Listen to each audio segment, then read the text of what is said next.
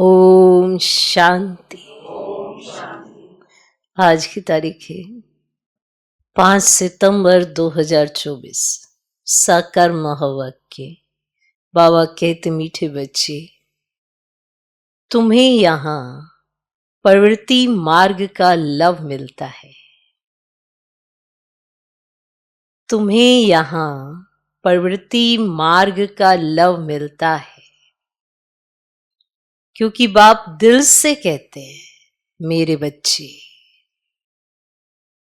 क्योंकि बाप दिल से कहते हैं मेरे बच्चे। बाप से वर्षा मिलता है। ये लव कोई देहधारी गुरु नहीं दे सकते। ये लव देहधारी गुरु नहीं दे सकते। ये लव देहधारी गुरु नहीं दे सकते। बाबा कहते, मीठे बच्चे, तुम्हें यहाँ प्रवृत्ति मार्ग का लव मिलता है, क्योंकि बाप दिल से कहते हैं मेरे बच्चे। बाप से वर्षा मिलता है। ये लव देहधारी गुरु नहीं दे सकते। आज का प्रश्न,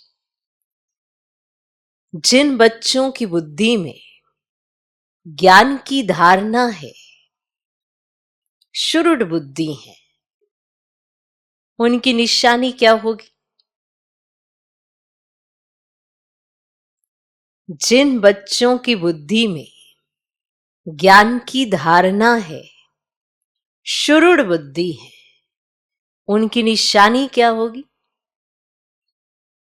ज्ञान की धारणा है, शुरुड बुद्धि है,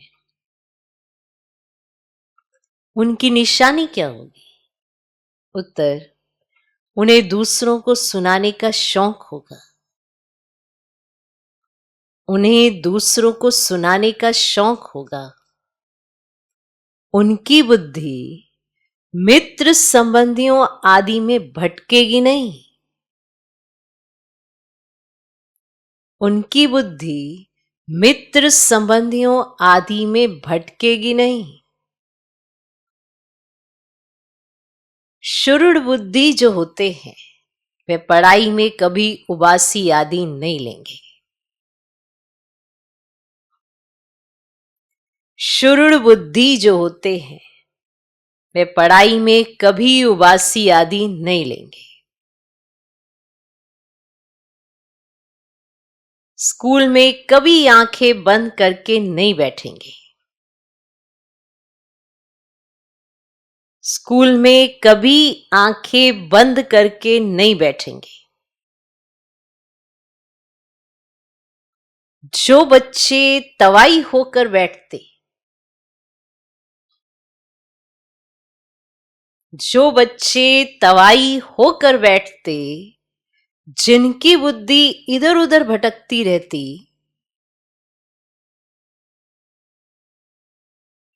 जिनकी बुद्धि इधर उधर भटकती रहती, वे ज्ञान को समझते ही नहीं। वे ज्ञान को समझते ही नहीं। उनके लिए बाप को याद करना बड़ा मुश्किल है। उनके लिए बाप को याद करना बड़ा मुश्किल है। जिन बच्चों की बुद्धि में ज्ञान की धारणा है, शुरुड बुद्धि है, उनकी निशानी क्या होगी? उत्तर, उन्हें दूसरों को सुनाने का शौक होगा। क्या सुनाने का? उन्हें दूसरों को ज्ञान धन देने का, ज्ञान रतन देने का शौक होगा। उनकी बुद्धि मित्र संबंधी आदि में भटकेगी नहीं। शुरुड बुद्धि जो होते हैं, वे पढ़ाई में कभी उबासी आदि नहीं लेंगे। स्कूल में कभी आंख बंद करके नहीं बैठेंगे। जो बच्चे तवाई होकर बैठते, जिनकी बुद्धि इधर उधर भटकती रहती, वे ज्ञान को समझते ही नहीं। उनके लिए बाप को याद करना बड़ा मुश्किल है। ओम शांति।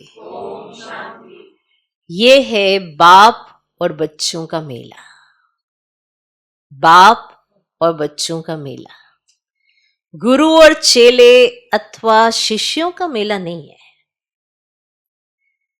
इन गुरु लोगों की दृष्टि रहती है कि हमारे शिष्य हैं अथवा फॉलोअर्स व जिज्ञासु हैं। हल्की दृष्टि हो गई ना। वे उस दृष्टि से ही देखेंगे, आत्मा को नहीं। वे देखते हैं शरीरों को, और वे चेले भी देह अभिमानी होकर बैठते हैं। वो भी शरीरों को देखते हैं, और जो उनके चेले होते हैं वो भी देह अभिमानी होकर बैठते हैं। उनको अपना गुरु समझते हैं। दृष्टि वे रहती है कि हमारा गुरु है, गुरु के लिए रिगार्ड रखते हैं। यहां तो बहुत फर्क है। यहां बाप ही बच्चों का रिगार्ड रखते हैं, जानते हैं इन बच्चों को पढ़ाना है, ये सृष्टि चक्र कैसे फिरता है, बेहद की हिस्ट्री ज्योग्राफी बच्चों को समझानी है। उन गुरुओं के दिल में बच्चे का लव नहीं होगा। बाप के पास तो बच्चों का बहुत लव रहता है, और बच्चों का भी बाप पर लव रहता है। तुम जानते हो, बाबा तो हमको सृष्टि चक्र का ज्ञान सुनाते हैं। वे क्या सिखाते, क्या सिखाते हैं? आधा कल्प शास्त्र आदि सुनाते, भक्ति के कर्म कांड करते, गायत्री संध्या आदि सिखाते रहते हैं। अब ये तो बाप आया हुआ है, अपना परिचय दे रहे हैं। हम बाप को बिल्कुल नहीं जानते थे, सर्वव्यापी कह देते थे। कभी भी पूछो परमात्मा का है तो झट कहेंगे वे तो सर्वव्यापी है। और तुम्हारे पास मनुष्य जब आते हैं तो पूछते हैं यहाँ क्या सिखाया जाता है? बोलो, हम राजयोग सिखाते हैं, जिससे तुम मनुष्य से देवता अर्थात राजा बन सकते हो। और कोई सत्संग ऐसा नहीं होगा जो कहे हम मनुष्य से देवता बनने की शिक्षा देते हैं। देवताएं होते हैं सतयुग में, और कलयुग में है मनुष्य। अब हम तुमको सारे सृष्टि चक्र का राज समझाते हैं, जिससे तुम चक्रवर्ती राजा बन जाएंगे। और फिर तुमको पावन बनने की बहुत अच्छी युक्ति बताते हैं। ऐसी युक्ति कभी कोई समझा ना सके। यह है सहज राजयोग। बाप है पतित पावन, और वह सर्वशक्तिमान भी है, तो उनको याद करने से ही पाप भस्म होंगे, क्योंकि योग अग्नि है ना। तो यहां नई बात सिखाते हैं। ये ज्ञान मार्ग है। ज्ञान सागर एक ही बाप होता है। ज्ञान और भक्ति अलग अलग है। ज्ञान सिखाने लिए बाप को आना पड़ता है, क्योंकि वही ज्ञान का सागर है। वे खुद आकर अपना परिचय देते हैं कि मैं सबका बाप हूं, ब्रह्मा द्वारा सारी सृष्टि को पावन बनाता हूं। पावन दुनिया है सतयुग, और पतित दुनिया है कलयुग। तो सतयुग आदि और कलयुग अंत का ये है संगम युग। इनको लीप युग कहा जाता है। इसमें हम जंप मारते हैं। क्यों? पुरानी दुनिया से नई दुनिया में जंप मारते हैं। ये लीप युग है ना, इसमें हम क्या करते हैं? जंप मारते हैं। तो वह तो सीढ़ी से आहिस्ते आहिस्ते नीचे उतरते आए। अब यहां तो हम छी दुनिया से नई दुनिया में एकदम जंप मारते हैं, सीधा चले जाते हैं ऊपर। और पुरानी दुनिया को छोड़ हम नई दुनिया में जाते हैं। तो यह है ना बेहद की बात। और बेहद की पुरानी दुनिया में तो ढेर मनुष्य हैं, और नई दुनिया में तो बहुत थोड़े मनुष्य होते हैं, जिसको स्वर्ग कहा जाता है। तो वहां सब पवित्र रहते हैं। और कलयुग में तो सब है अपवित्र। अपवित्र रावण बनाते हैं। अब यह तो सबको समझाते कि तुम अब रावण राज्य अथवा पुरानी दुनिया में हो। असल में राम राज्य में थे, जिसको स्वर्ग कहा जाता था। फिर कैसे 84 का चक्कर लगाकर नीचे गिरे हो, सो तो हम बता सकते हैं। जो अच्छे समझदार होंगे ना, वे झट समझेंगे। और जिसको बुद्धि में नहीं आएगा, और वे तो तवाई के मिसल इधर उधर उधर इधर ही देखते रहेंगे। जो समझदार होते हैं वो कभी इधर उधर नहीं देखते हैं। रास्ते में भी चलते हुए जो जास्ती इधर उधर देखते ना, समझ में आ जाते हैं इसकी ये चंचल बुद्धि है, इसकी वृत्ति अच्छी नहीं है। ये देखते हो ना, तो जब क्लास में बैठे हो तो बाप को देखो ना, कौन आया कौन नहीं आया, कौन कैसे बैठा, कहाँ बैठा, क्या किया, इधर उधर उधर। जो ऐसे देखते हैं वो क्या पढ़ाई करें। तो समझ में आ जाता है ये इधर उधर ही देखते रहते हैं, तो सुधार नहीं होता है। अटेंशन से सुनेंगे ही नहीं, नहीं तो पूरा ध्यान तो बाप की तरफ होना चाहिए ना। तो जब इधर उधर देखेंगे तो समझ में आ जाता है कुछ सुन नहीं रहे हैं, अपनी ही बुद्धि इनकी पता नहीं कहाँ चल रही है। अटेंशन से सुनेंगे नहीं, कहते हैं ना तुम तो जैसे तवाई हो, मना ऐसे बैठे हो जैसे तुमको कुछ सुनना ही नहीं है, समझना ही नहीं है, बस ऐसे बैठ गए। अब सन्यासी लोग भी जब कथा बैठ सुनाते हैं ना, तो कोई झुटका खाते हैं या टेंशन और तरफ रहता है, तो अचानक उनसे पूछते हैं क्या सुनाया, क्या सुनाया हमने, बताओ बताओ क्या सुनाया। बाप भी सबको देखते रहते हैं, कौन कैसे बैठकर सुन रहा है, कैसे बैठा है, इसका ध्यान कहाँ है। बाबा भी सबको देखते रहते हैं, कोई तवाई तो नहीं बैठे हैं। अच्छे शुरू बच्चे जो होते हैं ना, वे पढ़ाई में कभी उबासी आदि नहीं लेंगे। स्कूल में कभी कोई आंखें बंद करके बैठे ये तो कायदा ही नहीं है। कुछ भी ज्ञान को समझते नहीं। बाप को याद करना उनों के लिए बड़ा मुश्किल है। फिर पाप कैसे कटे, पाप कैसे कटे। शुरूढ़ बुद्धि तो अच्छी रीति से धारण कर औरों को सुनाने का शौक रखते हैं। ज्ञान नहीं है तो बुद्धि मित्र संबंधियों की तरफ भटकती रहती है। अब ज्ञान नहीं है, सुनते भी ध्यान से नहीं है, बैठे भी ऐसे तवाई मिसर लें, तो बुद्धि इधर उधर भटकती रहती है मित्र संबंधियों की तरफ। किसी ना किसी में तो बुद्धि जाएगी ही ना।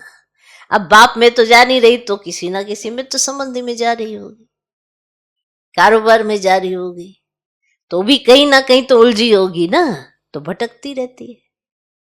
अब यहां तो बाप कहते और सब कुछ भूल जाना है, पिछाड़ी में कुछ भी याद ना है।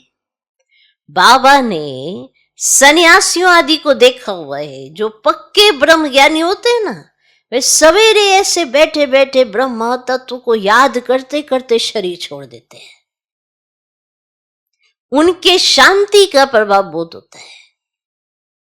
अब वे ब्रह्म में लीन तो हो ना सके, फिर भी माता के गर्भ से जन्म लेना पड़ता है, पर शांति का प्रभाव जरूर पड़ता है उनके। बाबा का देखा हुआ सब बाप ने समझे। वास्तव में महात्मा तो श्री कृष्ण को कहा जाता है, मनुष्य तो बिगर अर्थ समझे ऐसे ही कह देते हैं। बाप समझाते श्री कृष्ण है संपूर्ण निर्विकारी, परंतु उनको सन्यासी नहीं देवता कहा जाता है। अब सन्यासी कहना व देवता कहना उनका भी अर्थ है कि सन्यासी का क्या अर्थ होता है, देवता का क्या अर्थ होता है। ये देवता कैसे बना, सन्यासी से देवता बना। और बेहद का सन्यास किया, फिर चले गए नई दुनिया में, तो वे तो हद का सन्यास करते हैं, बेहद में तो जा न सके। हद में ही पुनर्जन्म लेना पड़े विकार से, तो बेहद का मालिक बन ना सके।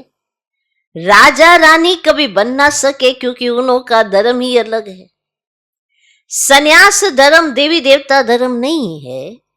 बाप कहते मैं अधर्म विनाश कर देवी देवता धर्म की स्थापना करता हूं। विकार भी अधर्म है ना, इसीलिए बाप कहते हैं इन सब का विनाश और एक आदि सनातन देवी देवता धर्म की स्थापना करने मुझे आना पड़ता है। भारत में जब सतयुग था ना, तो एक ही धर्म था, वही धर्म फिर अधर्म बनता है।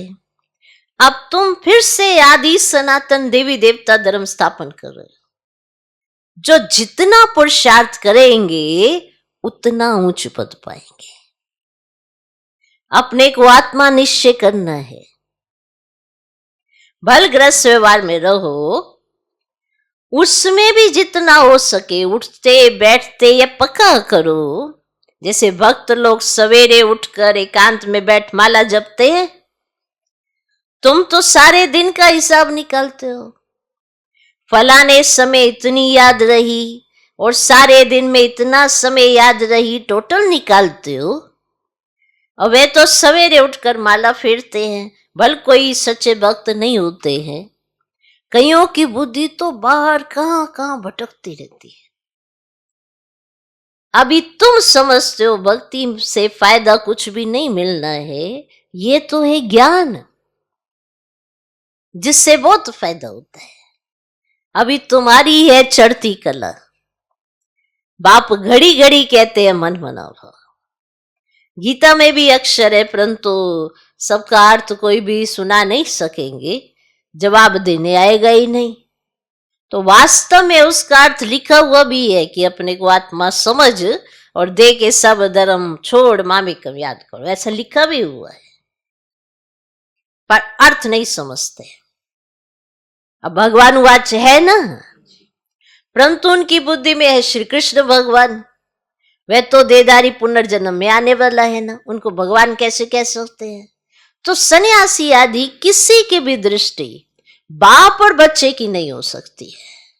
चाहे कोई भी सन्यासी हो, उसकी दृष्टि बाप और बच्चे की नहीं हो सकती है। भल गांधी जी को बापूजी कहते थे, परंतु बाप बच्चे का संबंध नहीं कहेंगे। कहने में बापूजी कहते थे, पर बाप बच्चे का संबंध नहीं कहेंगे। वे तो फिर भी साकार हो गया है ना। तुमको तो समझाया है कि अपने को आत्मा समझो।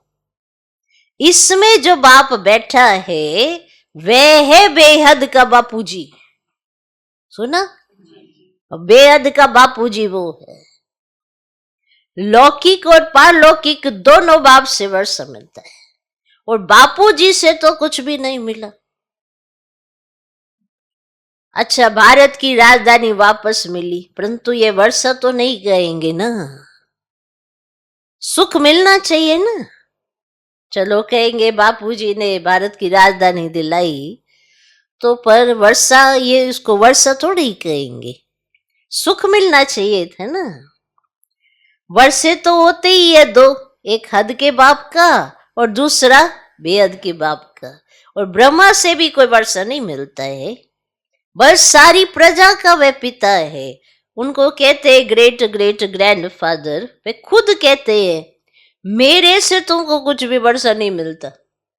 ये खुद कहते मेरे से नहीं तुमको वर्षा मिलता, जबकि ये खुद कहते हैं मैं तो उसी बापूजी से वर्षा लेता हूं। तो बताओ, जबकि ये खुद कहते मेरे से वर्षा नहीं मिल सकता, तो उस बापूजी से फिर क्या वर्षा मिल सकेगा? कौन से बापूजी से? कुछ भी नहीं। अंग्रेज तो चले गए, अभी क्या है? भूख हड़ताल, पिकेटिंग, स्ट्राइक्स आदि होती रहती है। कितनी मारामारी होती रहती है, कोई का डर ही नहीं है। बड़े बड़े ऑफिसर्स को भी मार देते हैं, सुख के बजाय और दुख है। तो बेहद की बात यहां ही है, यहां ये बेहद की बात। ये है बेहद का बापूजी जो इनके तन में आते हैं, वो है बेहद का बापूजी। वो वर्षा देते हैं, ना कि ये भी नहीं वर्षा देते। तो कहते जब मैं नहीं दे सकता तो वो बापूजी तुमको कैसे वर्षा देंगे? माना सुख का वर्षा तो और ही दुख हो गया ना, और ही दुख बढ़ता चला गया। ये कोई वर्षा थोड़ा है। तो बड़े बड़े ऑफिसर्स को भी मार देते हैं, सुख के बजाय और दुख है। तो बेहद की बात यहाँ ही है। बाप कहते पहले पहले तो ये पक्का निश्चय करो कि हम आत्मा है, शरीर नहीं। बाप ने हमको अडॉप्ट किया है, हम अडॉप्टेड चिल्ड्रन है, अडॉप्टेड बच्चे हैं। तुमको समझाया जाता है बाप ज्ञान का सागर आया है और सारी सृष्टि का राज समझाते हैं, सारी सृष्टि चक्र का राज तुमको समझा देते हैं, दूसरा कोई समझा ना सके। तो बाप कहते दे सहित दे के सब धर्मों को भूल मामी कम याद करो। तो बाप कहते देह सहित दे के सब धर्मों को भूल मामी कम याद करो। सत्व प्रधान जरूर बनना पड़ेगा। ये भी जानते हो पुरानी दुनिया का विनाश तो होना ही है, नई दुनिया में वो तो थोड़े होते हैं। कहाँ इतनी करोड़ों आत्माएं और कहाँ 9 लाख, इतने सब कहाँ जाएंगे। अब तुम्हारी बुद्धि में है कि हम सब आत्माएं ऊपर में थी, फिर यहाँ आई हैं पार्ट बजाने, तो आत्मा कोई एक्टर कहेंगे? आत्मा एक्ट करती है इस शरीर के साथ। आत्मा को ऑर्गन्स तो चाहिए ना। आत्मा कितनी छोटी है, 84 लाख जन्म है नहीं। हर एक अगर 84 लाख जन्म ले, हर एक अगर 84 लाख जन्म ले, फिर पार्ट रिपीट कैसे करेंगे? कैसे रिपीट करेंगे? 84 लाख जन्म एक आत्मा ने शरीर छोड़ा और वो 84 लाख जन्म लेके फिर उसके बाद उसने शरीर में आना है, कैसे रिपीट करेंगे? वो याद ही नहीं रह सकता। स्मृति से बाहर चला जाए तो 84 जन्म भी तुमको याद नहीं रहते, भूल जाते हो। सो 84 जन्म तो याद नहीं रहते, ये लाखों के अंदाज में तो तुम्हारे को कहां से याद रहने हैं। अब तुम बच्चों को बाप को याद कर पवित्र जरूर बनना है। इस योग अग्नि से विक्रम विनाश होंगे, ये भी निश्चय कि बेहद के बाप से बेहद का वर्षा हम कल्प कल्प लेते हैं। अब फिर स्वर्गवासी बनने के लिए बाप ने कहा है कि मामी कम याद करो, क्योंकि मैं ही पतित पावन हूं। तुमने बाप को पुकारा है ना, तो अब बाप आए हैं पावन बनाने। तो पावन होते हैं देवता और पतित होते हैं मनुष्य। तो पावन बनकर फिर शांति धाम में जाना है। तुम शांति धाम जाना चाहते हो या सुख धाम आना चाहते हो? अब सन्यासी तो कहते हैं सुख कागविष्टा के समान है, हमको शांति चाहिए। तो वह सतयुग में कभी आ नहीं सकेंगे। कौन? तो वह सतयुग में कभी आ नहीं सकेंगे। सतयुग में था प्रवृत्ति मार्ग का धर्म। देवताएं निर्विकारी थे, वही पुनर्जन्म लेते लेते पतित बनते हैं। अब बाप कहते हैं निर्विकारी बनना है, स्वर्ग में चलना है, चलना है तो मुझे याद करो, तो तुम्हारे पाप कट जाएं, पुण्यात्मा बन जाएंगे, फिर शांति धाम सुख धाम में जाएंगे। वहां शांति भी थी, सुख भी था, और अभी तो है दुख धाम। फिर बाप आकर सुख धाम की स्थापना करते हैं और दुख धाम का विनाश। चित्र भी सामने है। बोलो अभी तुम कहाँ खड़े हो? अभी है कलयुग का अंत, सतयुग की आदि, विनाश का सामने खड़ा है ना सब कुछ। तो बाकी जाकर थोड़ा टुकड़ा रहेगा। जब ये विनाश होगा तो बाकी सब जाके थोड़ा सा टुकड़ा रहेगा। इतने खंड तो वहां होते ही नहीं है। ये सब वर्ल्ड की हिस्ट्री ज्योग्राफी बाप ही बैठ समझाते हैं। ये पाठशाला है। भगवानुवाच, पहले पहले बाप का परिचय देना पड़ता है। अभी कलयुग है, फिर सतयुग में जाना है, तो वहां तो सुख ही सुख होता है। तो एक को याद करना, वह है अव्यभिचारी याद। तो शरीर को भी भूल जाना है। और शांति धाम से आए हैं, फिर शांति धाम में जाना है। वहां पतित तो कोई जा नहीं सके, तो बाप को याद करते करते पावन बन तुम मुक्ति धाम में चले जाएंगे। ये अच्छी रीति बैठ समझाना पड़ता है। आगे इतने सब चित्र थोड़े ही थे, बिगड़ चित्र भी नटशेल में समझाया जाता था। इस पाठशाला में मनुष्य से देवता बन जा रहा है। तो यह है नई दुनिया के लिए नॉलेज, वे बाप ही देंगे ना। तो बाप की दृष्टि रहती है बच्चों पर। तो हम आत्माओं को पढ़ाते हैं, तुम भी समझाते हो बेहद का बाप हमको समझाते हैं। तो उनका नाम है शिव बाबा। सिर्फ बेहद का बाबा कहने से भी मूंझ जाएंगे, क्योंकि बाबा ही तो बहुत हो गए हैं। म्युनिसिपालिटी के मेयर को भी बाबा कहते हैं। तो बाप कहते हैं मैं इसमें आता हूं, तो मेरा भी जो मेरा नाम है ना वो शिव ही है। और मैं इस रथ द्वारा तुमको नॉलेज देता हूं। इनको अडॉप्ट किया है और इनका नाम रखा है प्रजापिता ब्रह्मा। इनको भी मेरे से वर्षा मिलता है, समझा? अच्छा, तो ना तो ये वर्षा दे सकते, ना म्यूनसिपालिटी के वो बापूजी वर्षा दे सकते, ना गांधी जी वो बापूजी वर्षा दे सकते, तो हमको बेहद का बापूजी वर्षा दे सकते। और बेहद का वर्षा है सुख शांति। ओके, आत्मा को जो सारी प्राप्तियां होनी है ना, ऐसे नहीं कि बाबा कहे कि अच्छा चलो तुम्हें सुखी किया, तो तुम्हारे आसपास भी तो सुख होना चाहिए, वरना तुम सुखी कैसे होंगे? अब मान लो घर में तुमको तो अच्छे पैसे मिल गए और घर में बाकियों को तो कुछ भी नहीं, वो कंगाली छाई हुई है, तब भी तुम सुखी नहीं रहेंगे। तो तुम्हारे आसपास सब कुछ अच्छा होना चाहिए, तब तो तुम सुखी रहेंगे। तो इसीलिए बाबा तुम्हारे लिए नई दुनिया बनाते हैं, क्योंकि या तो सुख हो ना सके, ये तो दुखधाम है रावण का स्थापित किया हुआ, इसीलिए तुमको नई दुनिया स्थापित करके दी जाती है, जहां पे सुख भी है, शांति भी है, पवित्रता भी है, और सब कुछ अखिचार है, सत्व प्रधान है। माना प्रकृति भी सत्व प्रधान है, माया वहां एंटर ही नहीं करती, 5 विकार वहां होते ही नहीं, हर एक विकार का स्वरूप बदली हो जाता है। यहाँ तो टू मच मोह है, बस मेरा मेरा मेरा करते रहते हैं, वहां सब मिस नहीं रहता है। यहाँ तो विकारों की इतनी पराकाष्ठा है कि बात मत पूछो, हर बात में मैं मेरा ही चलता रहता है। किसी से भी अगर कोई रहम दिल भी होगा ना, तो भी उसमें उसका स्वार्थ जरूर आ जाता है, निस्वार्थ भाव आता नहीं है। तो बाबा संगम पर हमें निस्वार्थ होना सिखाते हैं, क्योंकि स्वयं हमारे साथ निस्वार्थ होकर पाठ बजाते हैं। कितना कुछ तो बाबा देते हैं। बाबा बाप भी है, टीचर भी है, सतगुरु भी है। अब टीचर का स्वरूप तो रोज देखते हैं, बाबा टीचर बनकर हमको रोज पढ़ाते हैं, रोज रिपीटिशन कराते हैं, जब तक हमारे फाइनल एग्जाम ना हो जाए। रोज छोटे छोटे टेस्ट होते रहते हैं, उन छोटे छोटे टेस्टों में हम पास हुए, फेल हुए, अच्छे मार्क्स लिए, क्या किया, ये सारा हमारा रिपोर्ट कार्ड बनता है। फिर लास्ट में वो सारे आपके फाइनल में ऐड किए जाएंगे नंबर, फिर आपको ग्रेस मार्क्स मिलेंगे। राइटिंग के भी मार्क्स होते हैं ना, फिर आपको राइटिंग के मार्क्स मिलेंगे, माना आपकी पर्सनैलिटी के कितनी कैरेक्टरिस्टिक्स आपने अपने जीवन में उतारी, कितने गुणों से संपन्न बने, कैसे आपने संगम युग व्यतीत किया। ये नहीं कि रो रो के, दुखियारी हो के, उदास हो के, परेशान हो के, दिल शिकस्त हो के संगम बिता दिया। जंगल में तो नहीं थे तो संगम पर जीवन ऐसा बिताया जैसे जंगली। तो फिर लास्ट में क्या कहे, हे भगवान बचा ले।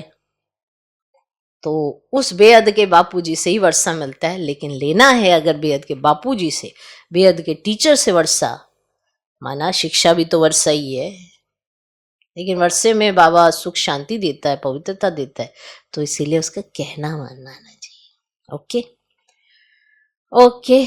अच्छा, मीठे मीठे सिकिलदे बच्चों प्रति माता पिता बाप दादा का याद प्यार और गुड मॉर्निंग। रूहानी बाप की रूहानी बच्चों को नमस्ते, बच्चों की भी रूहानी बाप को नमस्ते नमस्ते नमस्ते।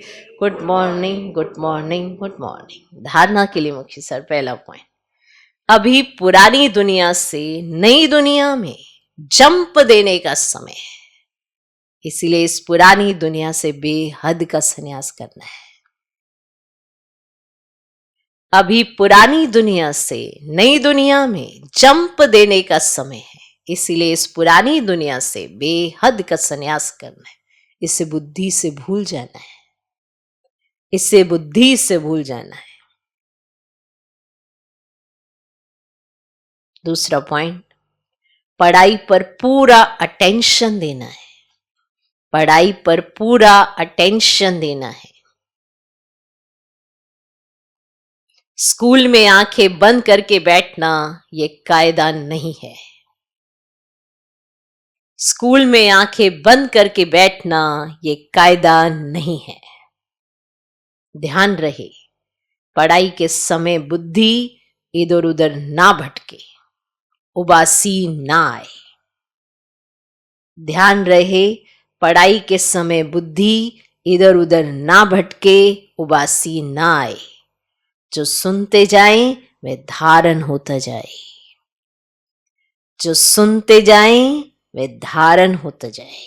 मना ऐसी मेरी बुद्धि हो, जो मैं सुनूं वो धारणा में आ जाए, मेहनत ना लगे। पढ़ाई पर पूरा टेंशन देना है, स्कूल में आंखें बंद करके बैठना ये कायदा नहीं है। ध्यान रहे पढ़ाई के समय बुद्धि इधर उधर ना भटके, उबासी ना आए, जो सुनते जाएं वे धारण होता जाए। आज का वरदान, रूहानी नशे द्वारा पुरानी दुनिया को भूलने वाले स्वराज्य सो विश्व राज्य अधिकारी भव। रूहानी नशे द्वारा पुरानी दुनिया को भूलने वाले स्वराज्य सो विश्व राज्य अधिकारी भव।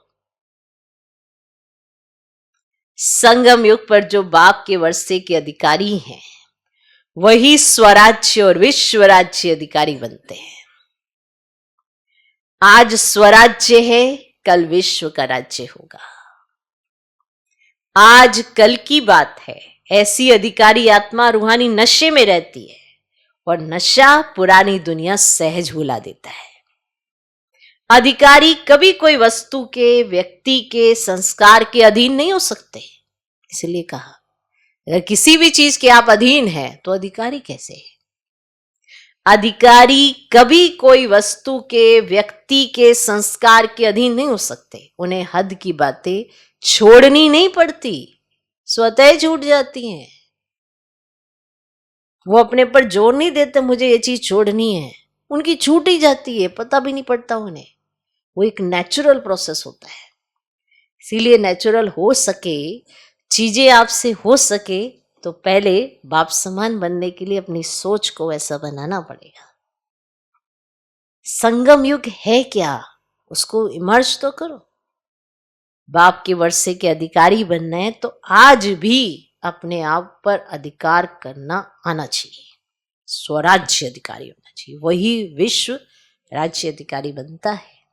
आज का स्लोगन, हर सेकंड, हर श्वास, हर खजाने को सफल करने वाले ही सफलता मूर्त बनते हैं।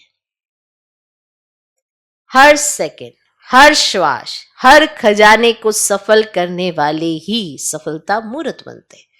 चाहे आपका सेकंड हो, चाहे आपके श्वास हो, चाहे आपका कोई भी खजाना हो, आपने उसको सफल करना है। आपका समय है, इसको भी सफल करना है। आपके जो संकल्प हैं इसको भी सफल करना है। कैसे करेंगे? जब तक श्रेष्ठ स्मृति नहीं आएगी सफलता कैसे मिलेगी? तो आपका सेकंड तो बीतता जा रहा है, लेकिन उस सेकंड में आपका चिंतन कैसा है, तभी वो सफलता होगी। तो सफलता मूर्त बन जाएंगे। ओम शांति।